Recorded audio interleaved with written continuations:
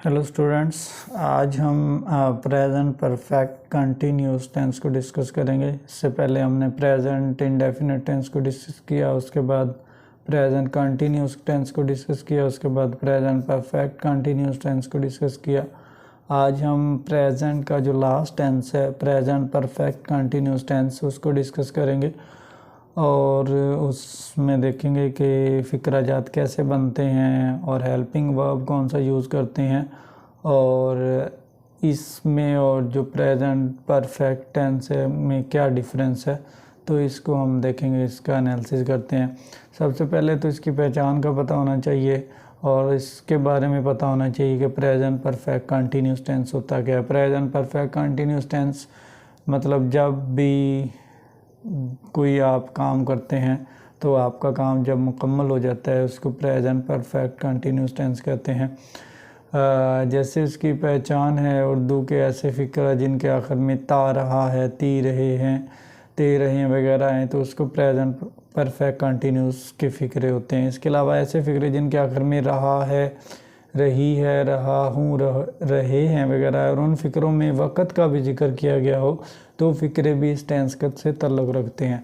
मसलन ये ज़रूरी नहीं है कि फ़िक्रा के आखिर में ता रहा है, ते रही है, ती रही हैं वगैरह है। अगर रहा है, रही है, रहे हैं वगैरह है और उसके साथ टाइम का ज़िक्र किया हो तो वो प्रेजेंट परफेक्ट कंटिन्यूस टेंस का फ़िक्रा होगा। तो इन दोनों पहचान को आपने मद्देनज़र रखना है। ता रहा है, ती रहे हैं और उसके साथ रहा है, रही है, रहे हैं वगैरह ये भी आए तो ये प्रेजेंट परफेक्ट कंटिन्यूस टेंस का हिस्सा होंगे। तो इस दोनों को आपने माइंड में रखना है। तो इसकी एग्जांपल्स में हम देख लेते हैं। मैं सुबह से पढ़ रहा हूँ, वो 2 घंटों से लिख रहा है, मज़दूर 2 रोज़ से सड़क बना रहे हैं। तो ये क्या है, ये प्रेजेंट परफेक्ट कंटिन्यूस टेंस का हिस्सा है। मतलब ये सारे शो कर रहे हैं ये कि प्रेजेंट परफेक्ट कंटिन्यूस हैं। मतलब ये रहा है, रही है वगैरह आया हुआ है लेकिन साथ उसमें टाइम का भी जिक्र है। अगर ता रहा है, ती रही है वगैरह आए तो वो भी प्रेजेंट परफेक्ट कंटिन्यूस टेंस का हिस्सा होंगे। दूसरी बात याद रखें कि प्रेजेंट कंटिन्यूस के फ़िक्रों के आखिर पे रहा है, रही है, रहे है वगैरह आता है लेकिन इसमें वक़्त का जिक्र मौजूद नहीं होता, जबकि प्रेजेंट परफेक्ट कंटिन्यूस के फ़िक्रों के आखिर में भी बहुत यही अलामत आती हैं लेकिन साथ ही वक़्त का ज़िक्र भी मौजूद होता है। मतलब इसमें डिफरेंस ये है कि उसमें वक़्त का ज़िक्र नहीं होता, इसमें वक़्त का ज़िक्र होता है। तो इसलिए प्रेजेंट परफेक्ट और प्रेजेंट परफेक्ट कंटिन्यूस दोनों में डिफरेंस है। जिस तरह मैं खेल रहा हूँ, वो पढ़ रहा है, तो ये क्या है, ये प्रेजेंट परफेक्ट कंटिन्यूस है। ये दोनों फ़िक्रे प्रेजेंट परफेक्ट कंटिन्यूस के हैं क्योंकि इनमें वक़्त का ज़िक्र नहीं है। मैं 2 घंटे से खेल रहा हूँ, वो सुबह से पढ़ रहा है। तो ये दोनों फ़िक्रे प्रेजेंट परफेक्ट कंटिन्यू क्योंकि इनमें वक़्त का ज़िक्र है। जिसमें वक़्त का ज़िक्र हो, टाइम का ज़िक्र हो तो वो प्रेजेंट परफेक्ट कंटिन्यूस के होंगे। इसमें मतलब वर्ब की फॉर्म कौन सी यूज़ करते हैं हम, आईएनजी फॉर्म यूज़ करते हैं। और इमदादी फ़ेल कौन सा यूज़ करते हैं, इसमें इमदादी फ़ेल हैज़ बीन और हैव बीन इस्तेमाल होते हैं। ठीक है, उसके बाद इसको बनाते कैसे हैं, subject plus has been plus form plus ING plus object. मतलब इसमें डिफरेंस उसमें और इसमें ये है कि इसमें बीन यूज़ होता है और वक़्त का यूज़ होता है और जो पहले हमने कंटिन्यूस और परफेक्ट डिस्कस किया था उनमें ये चीज़ नहीं थी। अफर्मेटिव या सिंपल सेंटेंसेस कैसे बनाते हैं, इस टेंस के मुस्बत उर्दू फ़िक्रों का तर्जमा करते वक्त मंदरजा ज़ैल कुल्ली के मुताबिक सबसे पहले फ़ाइल सब्जेक्ट का तर्जमा कीजिए, फिर इमदादी फ़ेल हैज़ बीन और हैव बीन लगाएं, फिर वर्ब की आईएनजी वाली फॉर्म और आखिर में मफ़ूल का तर्जमा करें।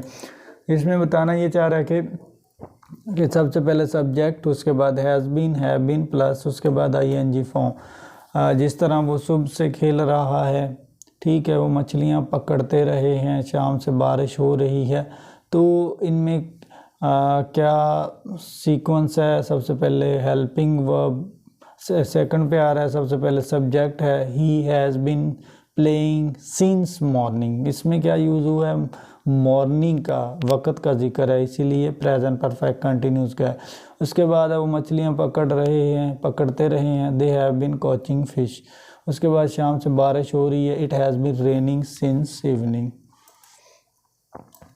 उसके बाद इसके नोट में क्या चीज़ माइंड में रखनी है, याद रखें कि ही शी इट या किसी वाहिद सब्जेक्ट के साथ इमदादी फ़ेल हैज़ बीन इस्तेमाल होता है, जबकि आई वी दे यू के साथ फ़ाइल के साथ इमदादी फ़ेल हैव बीन इस्तेमाल होता है। नफ़ी नेगेटिव फ़िक्रे होते हैं, इनको बनाते कैसे हैं, सबसे पहले सब्जेक्ट, उसके बाद हैज़ हैव, उसके बाद नॉट बीन, उसके बाद फॉर्म आईएनजी, उसके बाद ऑब्जेक्ट। इसके एग्जांपल देख लेते हैं। वो गोलियां नहीं खेलता रहा है, he has not been playing marbles, ठीक है। It has not been healing since evening. इसमें फ़र्क क्या है कि इसमें वक़्त का जिक्र है। इंटेरोगेटिव फ़िक्रों को सवालिया बनाने के लिए इमदादी फ़ेल हैज़ या हैव को फ़ाइल से पहले यानी फ़िक्रे के शुरू में लगाया जाता है, जबकि बीन फ़ाइल के बाद फ़ौरन इस्तेमाल होता है। जिस तरह हैज़ और हैव को हम स्टार्ट में यूज़ कर रहे हैं, उसके बाद सब्जेक्ट, उसके बाद बीन, उसके बाद फॉर्म आईएनजी, उसके बाद ऑब्जेक्ट। जिस तरह क्या अली 2 घंटे से रो रहा है, has Ali been weeping for 2 hours.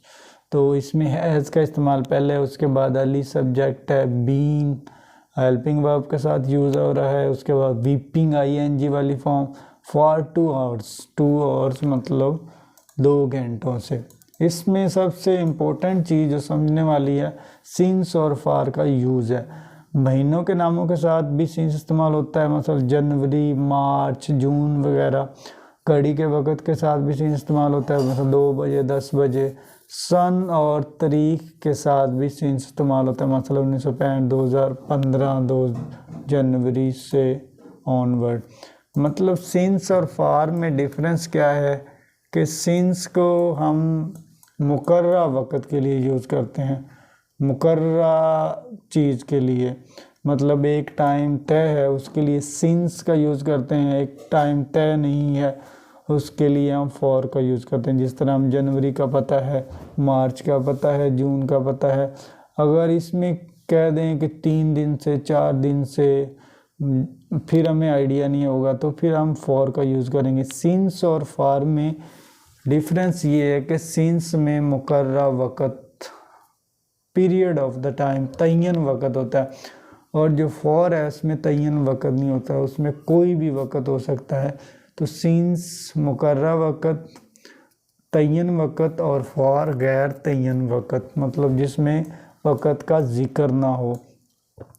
तो ये सिंस और फार में डिफरेंस था। उसके बाद ये एक्सरसाइज है, किसान 10 रोज़ से फसल काट रहे हैं, सुबह से मेरा सर चकरा रहा है, मज़दूर इतवार से कुआं नहीं खोद रहे। तो ये क्या है, ये सारे सेंटेंसेस हैं प्रेजेंट परफेक्ट कंटिन्यूस के। तो इसको आपने सॉल्व करना है, इसके फ़िक्रे बनाने हैं सीक्वेंस वाइज। सब्जेक्ट, उसके बाद हैज़ हैव बीन, उसके बाद फॉर्म ऑफ द वर्ब, उसके बाद सिंस फॉर, और उसके बाद ऑब्जेक्ट, मतलब इसको सीक्वेंस वाइज बनाना है। उसके बाद ये एक और प्रैक्टिस एक्सरसाइज है, इसमें सेंटेंसेस बने हुए हैं लेकिन आपने इसमें मिस्टेक्स फाइंड आउट करनी है कि इसमें क्या क्या चीज़ें मेंशन की हुई हैं। तो इन चीज़ों को कंप्लीट करना है आपने, और इसके बाद हम next tense, present, past indefinite tense discuss करेंगे। प्रेजेंट हमने कंप्लीट कर लिया, प्रेजेंट में क्या क्या डिस्कस किया, प्रेजेंट इंडेफिनिट डिस्कस किया, प्रेजेंट कंटिन्यूस डिस्कस किया, प्रेजेंट परफेक्ट टेंस डिस्कस किया, present perfect continuous tense discuss किया। प्रेजेंट इंडेफिनिट में क्या डिस्कस किया, ता है, ती है वगैरह आते हैं। कंटिन्यूस में क्या डिस्कस किया, रहा है, रही है वगैरह आते हैं। परफेक्ट में चुका है, चुकी है वगैरह आते हैं। और प्रेजेंट परफेक्ट कंटिन्यूस में ता रहा, था, ती रही, ता रहा है, ती रही है वगैरह आता है। उसके साथ अगर रहा है, रही है वगैरह आएंगे तो उसके में टाइम का जिक्र होगा। तो इसमें हमने इस चीज़ को डिस्कस किया। होप सो आप लोगों को प्रेजेंट, टोटल जो प्रेजेंट की काइंड्स हैं उनकी समझ लग गई होगी। अब हम नेक्स्ट जो टेंस डिस्कस करेंगे नेक्स्ट लेक्चर में, वो पास्ट इंडेफिनिट टेंस होगा। पास्ट इंडेफिनिट टेंस में हम देखेंगे कि कौन कौन सी पहचान होती है, उनको कैसे डिस्कस करना है, उसका फ़िक्रा कैसे बनाना है, हेल्पिंग वर्ब कौन सा यूज़ होगा। तो हम नेक्स्ट 4 टेंस डिस्कस करेंगे वो पास्ट का हिस्सा होंगे, फिर जो नेक्स्ट 4 डिस्कस करेंगे वो फ्यूचर का हिस्सा होंगे। तो इसी तरह हम इन तमाम को कंप्लीट करेंगे, तमाम को डिस्कस करेंगे। तो हमने प्रेजेंट कंप्लीट कर लिया। अब प्रेजेंट में अगर आपको कोई मुश्किल हो, आप कमेंट बॉक्स में ज़रूर अपनी राय दीजिएगा और बताइएगा कि इसमें किस चीज़ की आपको समझ नहीं लगी, ताकि मैं आपको जवाब दे सकूं इसका। तो आपने अपने कमेंट्स बॉक्स में इसके बारे में ज़रूर राय देनी है। प्रेजेंट इंडेफिनिट टेंस हमने मुकम्मल कर लिया। अब हम पास्ट पे जाएंगे, फिर फ्यूचर पे जाएंगे। इसी तरह हम ग्रामर के पोर्शन को टोटली डिस्कस करने की कोशिश करेंगे।